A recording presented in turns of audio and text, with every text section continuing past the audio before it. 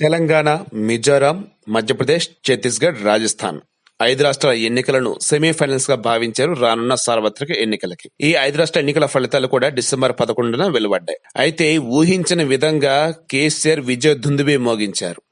కేసీఆర్ కూడా 14, 15 తారీఖుల్లో ప్రమాణ స్వీకారం చేస్తారని భావించినప్పటికీ డిసెంబర్ 13న రాజ్భవన్ లో అంగరంగ వైభవంగా సన్నిహితులతో కలిసి ప్రమాణ స్వీకారం చేయడం జరిగింది.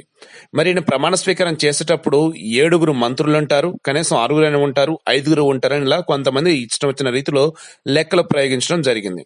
కానీ చివరికి అక్కడ ప్రమాణ స్వీకారం చేసింది మాత్రం ముఖ్యమంత్రిగా కేసీఆర్, అదేవిధంగా డిప్యూటీ సీఎంగా అంటే ఉప ముఖ్యమంత్రిగా మహమ్మద్ అలీ చేయడం జరిగింది.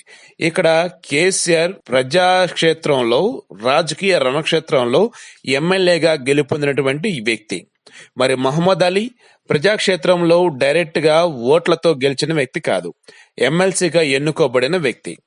ఆయన ఇక్కడ ప్రమాణ స్వీకారం చేయడం జరిగింది. అదేవిధంగా కేసీఆర్ కూడా ప్రమాణ స్వీకారం చేయడం జరిగింది. వీరిద్దరితో పాటు కేటీఆర్, హరీష్ రావు, కడియం శ్రీహరి అండ్ ఇంకొంతమంది ప్రమాణ స్వీకారం చేస్తారని భావించినా సరే చివరికి వాళ్ళెవరూ చేయలేదు. ఆ తర్వాత గవర్నర్ తో గ్రూప్ తో దిగినటువంటి సందర్భాలు కూడా ఈ రోజు మనం చూసాము.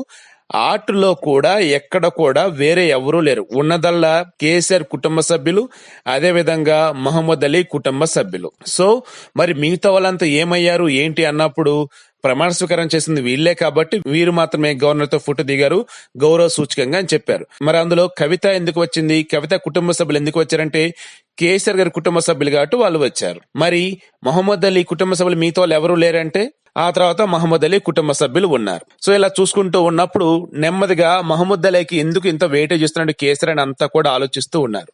చివరికి ఒక ముఖ్యమంత్రి తర్వాత అంత గొప్ప స్థానం ఉన్నటువంటి పీఠం అంటే మంత్రి పీఠం ఏదైనా ఉంది అంటే ఒక రాష్ట్రంలో హోంమంత్రి. ఆ హోంమంత్రి పదవి గతంలో నాయన్ నరసింహారెడ్డి చేశాడు.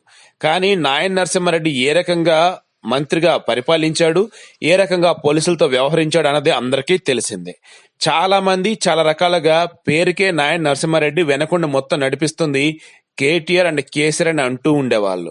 అవి నిజాలా అబద్ధాలా ఏంటన్నవి వారి వారి మనసులకు ఎరుక, ఆయా పోలీస్ అధికారులకు ఎరుక.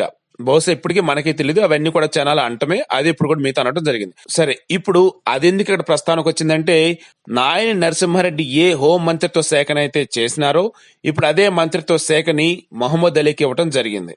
అంటే సీఎం కి ఎవరైతే విశ్వాసపాత్రులుగా ఉంటారో, ఎవరైతే దుందుడుకు వ్యవహారాలతో ప్రజల్లో ఇబ్బంది పడకుండా ఉంటారో, ఎవరైతే మేలిమి నాయకుడిగా మంచివాడిగా ప్రజల్లో కీర్తించబడుతూ ఉంటాడో అటువంటి వారిని ఇక్కడ హోంమంత్రి పదవి వరిస్తుందా ఏమో మరి అవన్నీ తెలియదు.